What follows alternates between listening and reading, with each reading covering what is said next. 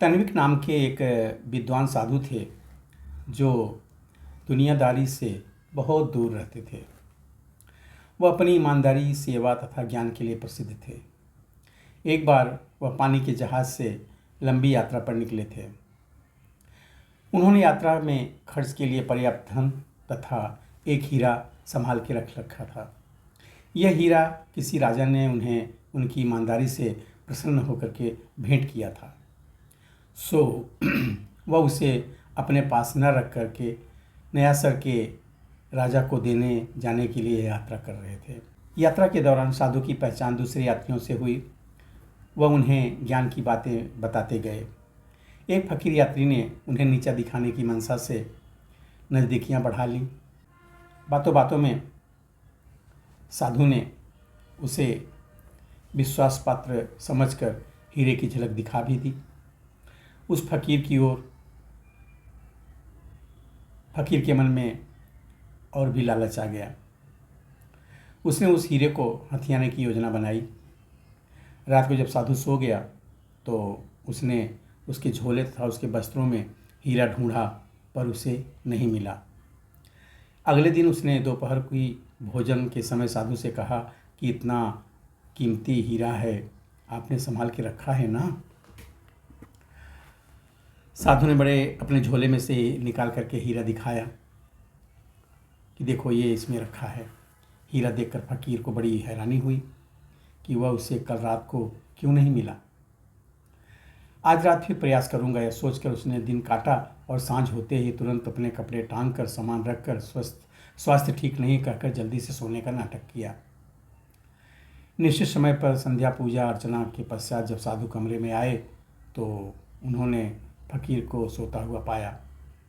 सोचा आज स्वास्थ्य ठीक नहीं है, इसलिए फकीर बिना इबादत किए जल्दी सो गया होगा। उन्होंने भी अपने कपड़े तथा झोला उतार कर टांग दिया और सो गए। आधी रात को फकीर ने उठकर फिर साधु के कपड़े और झोला झाड़ करके देखा, उसे हीरा फिर भी नहीं मिला। अगले दिन उदास मन से फकीर ने साधु से पूछा, इतना कीमती हीरा संभाल कर रखा तो है ना? साधु बाबा, यहाँ बहुत चोर हैं। साधु ने फिर अपनी पोटली से खोल करके उसे हीरा दिखा दिया। अब हैरान परेशान फकीर के मन में जो प्रश्न था उसने साधु से खुलकर कह दिया। उसने साधु से पूछा कि मैं पिछली 2 रातों से आपके कपड़े और झोले में इस हीरे को ढूंढता हूँ, मगर मुझे तो नहीं मिलता। ऐसा क्यों?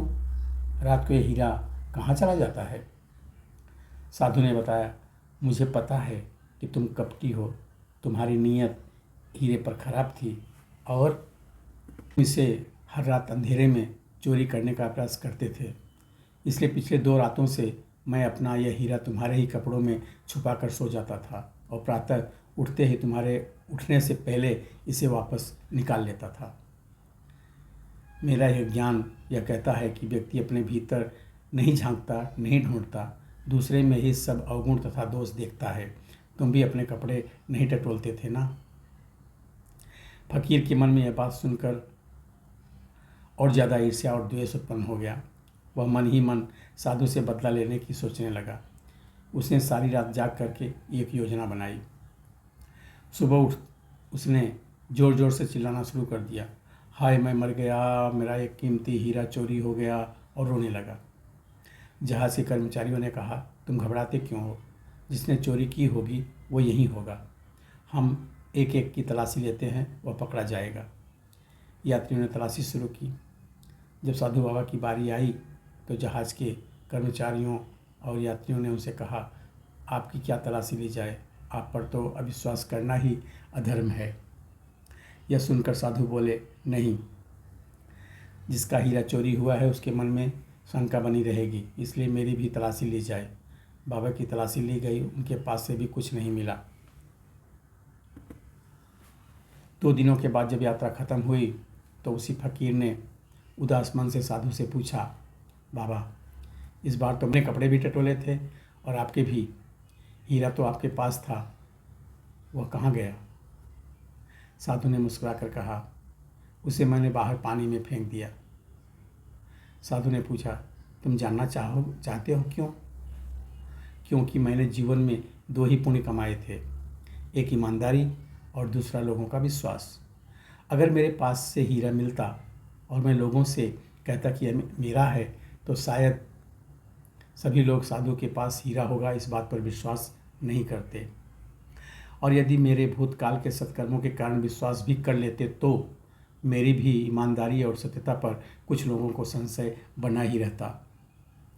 मैं धन तथा हीरा तो गंवा सकता हूँ, लेकिन ईमानदारी और सत्यता को खोना नहीं चाहता।